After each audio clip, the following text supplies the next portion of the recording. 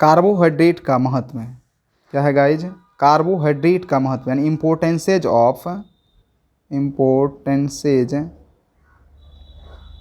Carbohydrate, यानी carbohydrate का महत्व क्या होता है, ये हमारे लिए क्यों जरूरी है, यह जंतु के लिए क्यों जरूरी है। सबसे पहला पॉइंट्स है, यह पौधों एवं प्राणियों यानी प्लांट्स और एनिमल्स के जीवन के लिए अति आवश्यक है, यानी ये जीवन के लिए क्या होता है और पौधों के लिए भी आवश्यक है, ये सिर्फ हमारे लिए नहीं पौधों के लिए ही आवश्यक है। अब क्यों ज़रूरी है, क्योंकि ये क्या होता है, ये जो है एनर्जी देने काम करता है, ऊर्जा और ऑक्सीजन देने काम करता है। तो एनर्जी देगा तभी तो पौधे जीवित रहेगा या पौधे बढ़ेंगे, तो इस लेकर के ये क्या होता है, आवश्यक होते हैं। क्यों आवश्यक हुए, क्योंकि जब ये कार्बोहाइड्रेट टूटता है पौधों में तो क्या होता है, ऊर्जा देता है और ऑक्सीजन देता है, और तभी वही ऑक्सीजन हमें मिलता है। तो किस क्रिया के द्वारा मिलता है ये आप जानते होंगे, ये मिलता है प्रकाश संश्लेषण क्रिया के द्वारा। किसके द्वारा मिलता है ये, प्रकाश संश्लेषण क्रिया के परिणाम स्वरूप मिलता है। और प्रकाश संश्लेषण क्या, ऊर्जा और ऑक्सीजन बनता है, और वही ऑक्सीजन हम लोग को तभी मिल पाता है। तो इस हेतु यह क्या पौधों तथा प्राणियों के लिए क्या है, ये प्राणियों के लिए अति आवश्यक है, यानी बहुत ही ज़रूरी है हमारे लिए भी और पौधों के लिए भी। और हमारे में क्या होता है, हम लोगों में क्या होता है, यही कार्बोहाइड्रेट जिसका फार्मूला क्या होता है C12, यानी शुगर जिसको कहते हैं हम लोग C12H22O11, और ये टूटता है किस में, ऊर्जा और हम लोग को क्या देता है, ये ऑक्सीजन देता है ये। इसी लेकर के पौधों तथा प्राणियों के लिए आवश्यक है। कहता है वैध शहद, यानी हम लोग को जो शहद इस्तेमाल होता है जिसको मौध कहते हैं हम लोग, वैध शहद का उपयोग औषधि बनाने में करते हैं। यानी वैध शहद जो भी वैध शहद है, यानी हम लोग को जो है आयुर्वेदिक में जो शहद इस्तेमाल होता है उसमें इसी हेतु इस्तेमाल किया जाता है, कार्बोहाइड्रेट के कारण ही, क्योंकि ये हमें ताकत देने का काम करता है, एनर्जी देने का काम करता है, और वेद में हम लोग इसका इस्तेमाल करते हैं। तीसरा पॉइंट है, वनस्पतियों में कार्बोहाइड्रेट्स क्या रहता है, ये स्टार्च के रूप में रहता है। किस रूप में, ये स्टार्च के रूप में। स्टार्च तो आप समझ रहे होंगे, स्टार्च होता है क्या चीज़, स्टार्च होता है ये एक लकड़ी यानी हार्ड चीज़ों में ही पाया जाता है, लकड़ी और एनिमल्स में भी पाया जाता है ये। और ये क्या होता है, खास करके कड़े चीज़ में, अनाज में पाया जाता है, और लकड़ी में ये पाया जाता है। और स्टार्च का क्या होता है फॉर्मूला, स्टार्च होता है C6H10O5 होता है, और होल N क्या होता है, ये C6H10O5 स्टार्च होता है। और ये कहाँ पाया जाता है, लकड़ी और अनाज में पाया, जैसे गेहूँ हो गया, उसके बाद आपको चना हो गया, इस तरह से चीज़ों में पाया जाता है ये। तो उसमें ये स्टार्च के रूप में क्या रहता है, वनस्पतियों में स्टार्च के रूप में रहता है, जंतुओं में ग्लाइकोजेन के रूप में रहता है। यानी जंतुओं में किस रूप में, ग्लाइकोजेन, यानी इसका स्टेट है ये, मतलब स्टार्च के रूप में रहेंगे और ये ग्लाइकोजेन के रूप में स्टोर रहता है ये। तो अगर आपसे पूछा जाए कि वनस्पतियों में कार्बोहाइड्रेट किस रूप में रहेंगे, स्टार्च के रूप में, और जंतुओं में ग्लाइकोजेन के रूप में। कहता अगला पॉइंट से, जीवाणुओं तथा पौधों को कोशिका भित्ति सेलुलोज की निर्मित होती है। अब है क्या कि जीवाणु तथा पौधों में, जीवाणु का मतलब छोटे छोटे कीटाणु विषाणु में, और पौधों आप तो जानेंगे प्लांट्स में क्या होता है, ये कोशिका भित्ति किस रूप में होते हैं, ये सेलुलोज की निर्मित होती है। यानी जंतुओं की जो कोशिका भित्ति और पौधों की जो होती है वो कोशिका भित्ति किसकी बनाई होती है, सेलुलोज की बनी होती है। आप देखे होंगे, आप जो कोई प्लांट्स होता है उसमें आप देखेंगे ऊपर में जो छाल होता है ये क्या होता है, ये आपको कोशिका भित्ति है, और इसी के अंदर होता है कोशिका झिल्ली।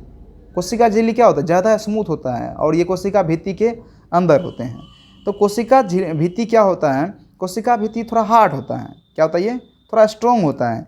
इसीलिए क्यों स्ट्रॉन्ग होता है, क्योंकि ये जो है आपको थोड़ा सा जो है ना स्टिकी झिल्ली से बना होता है। लेकिन इसके अंदर जो होते हैं कोशिका भित्ति वो क्या होता है, काफ़ी स्मूथ होते हैं और मुलायम होते हैं, इसीलिए इसमें पानी की परसेंटेज ज़्यादा होते हैं, जबकि कोशिका भित्ति में पानी की परसेंटेज ज़्यादा नहीं होती। इसीलिए क्या होता है, थोड़ा हार्ड होता है। जैसे हम लोग के पैर का जो नीचे वाला आप देखेंगे पर्सन हो, नीचे वाला पेड़ का जो नीचे का लेयर होता है स्किन का, वो क्या होता है, काफ़ी हार्ड होता है। जैसे हम लोग का उंगली का ऊपर वाला हिस्सा क्या होता है, ये ज़्यादा हार्ड थोड़ा सा हार्ड होता है, लेकिन नीचे का क्या होता है, ज़्यादा मुलायम होता है। अगर कहीं हम लोग कहीं अगर ऊपर वाला स्किन टूट जाता है तो क्या होता है, ज़्यादा ये दर्द करता है। इसीलिए करके क्योंकि वो कोशिका भित्ति का होता है, कोशिका झिल्ली का बना होता है। तो कोशिका झिल्ली और भित्ति समझ में आया। अब तो यहाँ किसकी बात हो रही है, कोशिका भित्ति की। तो कोशिका भित्ति किसका बना होता है, सेलुलोज का निर्मित होता है। और सेलुलोज भी जो है कार्बोहाइड्रेट है, ठीक है ना, ये कार्बोहाइड्रेट होते हैं और ये किस में पाया जाता है, कोशिका भित्ति में। कहता लकड़ी के रूप में प्राप्त सेलुलोज से क्या बनता है, अब लकड़ी से जो सेलुलोज मिलता है उससे क्या बनता है, फर्नीचर इत्यादि तैयार किया जाता है। आप फर्नीचर तो समझ रहे होंगे।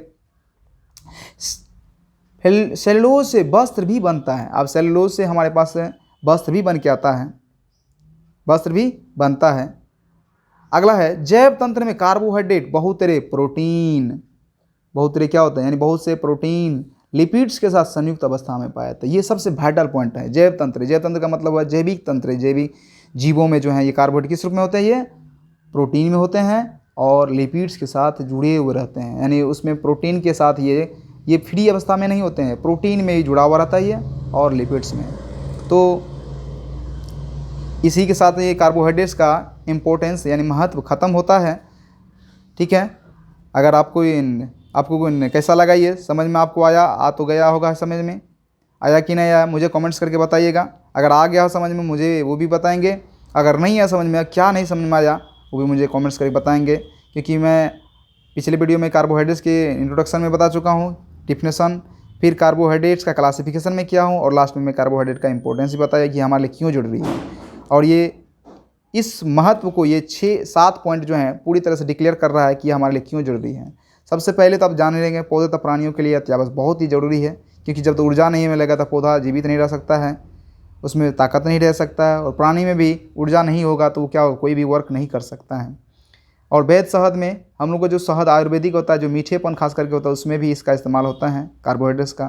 तो मीठापन क्यों होता है, कार्बोहाइड्रेट के कारण होता है। वनस्पति तथा पौधों में, वनस्पतियों में कार्बोहाइड्रेट किस रूप में होते हैं, स्टार्च के रूप में, और जंतु में क्या होता है, ग्लाइकोजन के रूप में। इस प्रकार से ये 7 पॉइंट्स आपको जो है कार्बोहाइड्रेट्स का महत्व डिक्लेयर करता है ये। तो उम्मीद करते हैं वीडियो आप लोगों के लिए काफ़ी हेल्पफुल साबित हुआ होगा। अगर आपको अच्छे समझ में आ गया तो इस पर एक लाइक बनता है। अगर आप हमारे चैनल पर नए हैं तो चैनल को सब्सक्राइब कर लीजिए, ताकि मेरा अगला वीडियो जो आएगा वो सबसे पहले आप लोगों को सबसे पहले उसका नोटिफिकेशन मिलेंगे। तो मिलते हैं अगले वीडियो में, तब तक के लिए थैंक यू सो मच। और चैनल को सब्सक्राइब कर लेना, ताकि मैं इसी तरह काम का वीडियो लाता रहूँगा तो सबसे पहले नोटिफिकेशन आपको मिल सके। मिलते हैं, थैंक यू सो मच। अगला इंतजार करिए हमारे अगले वीडियो का, जो कि होगा 12th के कार्बोहाइड्रेट्स के बारे में, आगे प्रोटीन के बारे में। किसके बारे में, प्रोटीन के बारे में।